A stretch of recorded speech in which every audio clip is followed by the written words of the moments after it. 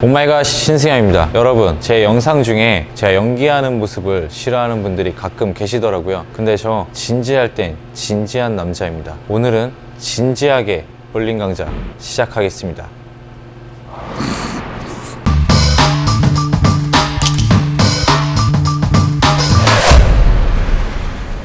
자, 오늘은 여러분들이 가장 궁금해 하실 것 같은 손목 커핑을 알려드릴 겁니다. 손목 커핑은 무엇인가요? 이 각도를 이렇게 또는 이렇게 각도를 유지하는 거를 손목 커핑이라고 합니다. 근데 여러분들은 조금 잘못 알고 계신 게 있어요. 손목 커핑하면 가장 먼저 떠오르시는 게 뭐죠? 바로 털어치기죠. 근데 손목 커핑은 사실 털어치기만을 위한 기술이 아닙니다. 거의 모든 구질, 모든 스타일이 사용할 수 있는 유용한 기술입니다. 근데 여러분들은 아대를 끼고 맨날 치시다가 아대를 탁 벗고 커핑을 하시려고 하면 제일 먼저 바로 이렇게 커핑을 하십니다. 커핑은 자신에게 딱 맞는 각도로 커핑을 하셔야 돼요. 이 양이 이만큼이 됐든 이만큼이 됐든 이만큼이 됐든 과하지 않은 선에서, 정말 무리 없이 할 수 있는 선에서 하셔야 됩니다.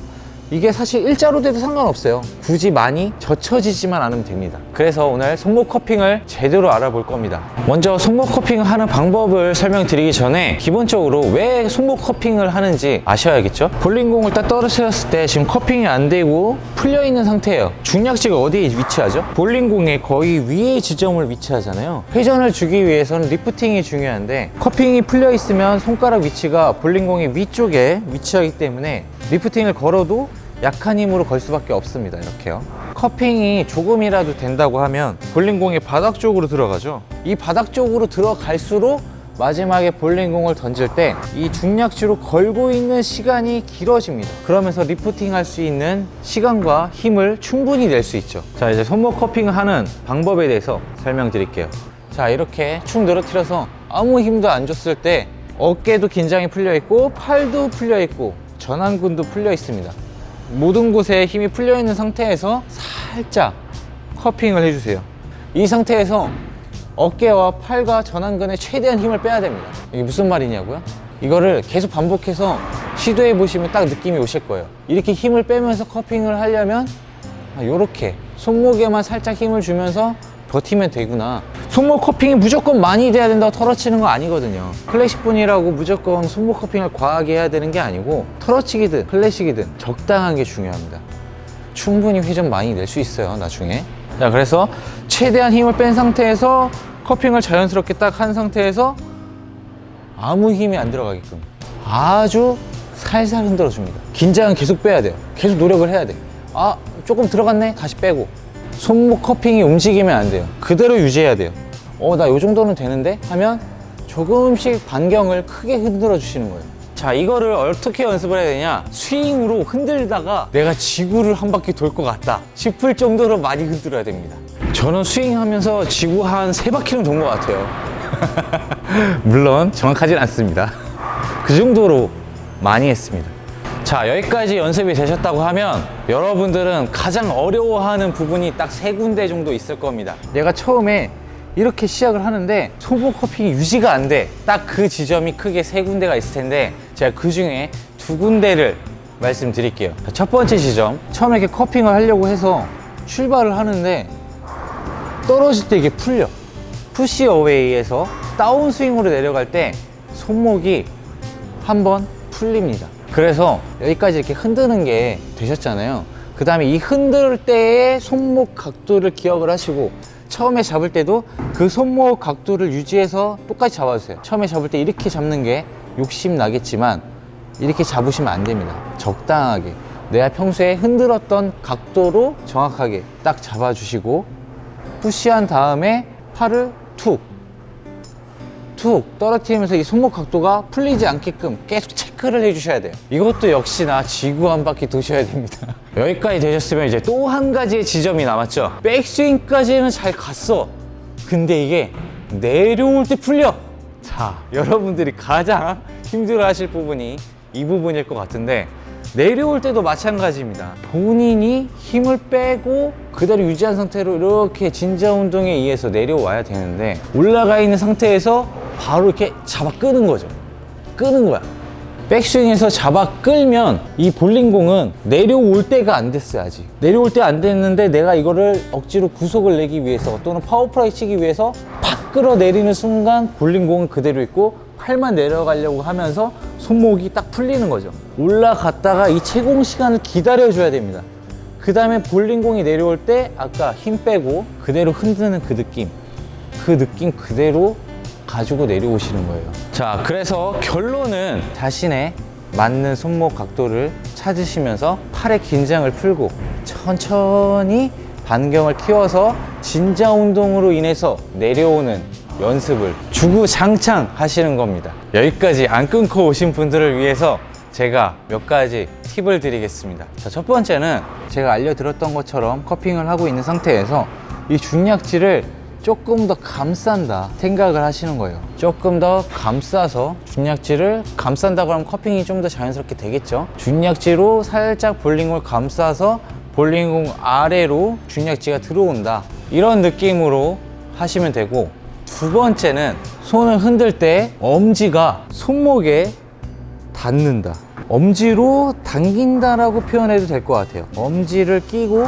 이 상태에서 엄지를 여기에 닿는다 라고 하면 조금 더 수월하게 되실 수도 있습니다. 근데 저는 어렸을 때부터 많은 방법을 사용해 봤지만 이 방법은 저는 안 쓰게 되더라고요. 왜냐하면 엄지 타이밍이 좀 둔탁하다고 해야 될까요? 엄지 타이밍이 좀 많이 둔탁한 느낌이 듭니다. 그리고 마지막, 제가 가장 많이 생각했던 부분인데, 일단 기본적으로 제가 알려드린 방법에서 이 손바닥으로 볼링공을 살짝 얹힌다 라는 느낌으로 하시면 조금 더 수월합니다. 그리고 언제나 아까도 말씀드렸지만 주의해야 될 점, 과하면 안 됩니다. 받친다고 해서 막 이렇게 받치고 막 이렇게 받치고 아까 흔들었던 내 손목 커핑의 각도를 넘어서면 안 돼요. 그거는 무리하는 겁니다. 그래서 부상도 올 수 있고 나중에 구속도 올리기 힘들어요. 진짜 손목 커핑 이렇게 그냥 뒤로만 안 접혀지게끔 해도 충분히 털어치고 회전 많이 나오고 다 할 수 있습니다. 자, 그 다음에 스윙의 유형을 또 말씀드릴게요. 이 손목 커핑을 할 때 이렇게 푸시가 됐다가 다운스윙 되면서 풀어진다고 했잖아요. 안 고쳐지시는 분들도 많으실 거고, 이렇게만 안 해도, 이것만 신경 안 써도 스윙 스피드나 모든 게 더 완벽한데 하시는 분들도 계실 거예요. 이 방법을 고려해 보세요. 처음에 커핑을 안 하시는 거예요. 심지어 선수들 중에 처음에 이렇게 시작하는 선수도 있습니다. 그래서 손목 각도가 이렇게 펴져 있는 좀 더 편한 각도에서 편안하게 흔들어 주시고, 백스윙이 올라가면서 힘을 빼면 이 볼링공의 무게 때문에 아래로 내려갑니다. 자, 여기서부터 시작입니다. 손바닥에 붙인다, 또는 엄지로 당긴다, 또는 중약지를 볼 밑으로 넣는다 등의 느낌으로 내려오실 때 그대로 가지고 오시는 겁니다. 자, 그리고 두 번째, 처음에 손목 커핑을 풀든 손목 커핑을 하든, 이건 제 스윙의 유형이거든요. 손목으로 이렇게 딱 커핑이 됐어요. 그 다음에 내려올 때 저는 살짝 풀립니다. 손목 커핑이 됐지만 이 상태로 받쳐서 그대로 유지한 상태로 내려올 수 있지만, 저는 여기서 살짝 풀어서 릴리스 포인트, 이 킬링 포인트에서부터 다시 들어오는 거죠, 손목이. 저의 스윙의 유형은 이런데, 이런 스윙을 쓰는 선수는 외국에는 토미 존스가 있고 한국의 저와 볼링 대장 박종우 선수도 약간 이런 타입의 스윙을 사용합니다. 그래서 약간 힘으로 내려서 무조건 손목이 풀리는 게 아니라 좀 더 유연하고 좀 힘있게 치기 위해서 약간 채찍같이 팔을 사용하신다고 생각하시면 좋을 것 같습니다. 가장 기본은 아까도 말씀드렸듯이 처음부터 끝까지 유지하는 게 기본이다. 그리고 이런 부분이 다 되고 나서 정말 스윙으로 지구 한 바퀴 돌았다 싶을 정도로 많이 했을 때, 그때부터 이제 본인에 맞는 입맛대로 골라서 자신의 좀 더 디테일한 스윙을 완성하면 좋을 것 같습니다. 자, 그리고 이런 손목 커핑을 잘 하시기 위해서는 근력 운동을 굉장히 보조적으로 잘 해주셔야 되는데, 물론 손목 커핑이 잘 되게끔도 해주겠지만 부상을 방지하기에도 근력은 필수입니다. 헬스장이나 이런 데 가셔서 이제 이런 손목 운동 있잖아요. 이런 손목 운동을 너무 무거운 무게 말고 근지구력을 위주로, 가볍게는 2kg, 무겁게는 한 8kg, 진짜 내가 힘이 센 사람이다 그럼 최대 15kg 내에서 손목 운동을 해주시는 걸 추천드리고요. 그리고 제가 이렇게 손목 운동을 어떤 사물이나 무릎이나 이렇게 받쳐서 전완근 운동을 하거든요. 이렇게만 해주시는 게 아니고 내리실 때 아령을 손끝까지 받쳐서 다시 손끝부터 이렇게 말아서 아령을 들어서 운동을 해주셔야 됩니다. 태능선수촌 트레이너 분이 이렇게 하면 이 전완근 속근은 키워지기 힘들다 해서 이 속근까지 키우기 위해서는 이게 가장 유용한 방법이고요. 또 이것만 하시면 안 됩니다. 이 방면 다 골고루 해주셔야 건강한 손목 커핑을 완성하실 수 있습니다. 이게 막 가만히 친다고 다 떠먹여 주는 게 아니에요. 정말 노력을 해야 깔끔한 손목 커핑을 하실 수 있습니다. 자, 마지막으로 오늘 손목 커핑에 대해서 설명을 드렸는데, 자, 손목 커핑은 기본적으로 이렇게 유지하는 손목 각도를 손목 커핑이라고 많이 아시죠? 근데 일부 동호인 분들은 손목 각도를 손목 커핑으로 같이 몰아서 알고 계시는 분들도 계시더라고요. 좌우로 움직이는 건 손목 커핑이 아닙니다. 손목 어덕션 이런 용어들이 있는데, 그거는 나중에 다시 다른 강좌로 알려드리기로 하고, 그러려면 어떻게 해야죠? 구독과 좋아요, 알림 설정 해주셔야겠죠? 다음을 기대해 주시고요. 이제 오늘 배운 것들을 어떻게 연습하는지 보여드리면서 오늘 영상 마무리하도록 하겠습니다. 오늘도 유익한 정보가 되셨다면 구독과 좋아요 부탁드리겠습니다. 감사합니다.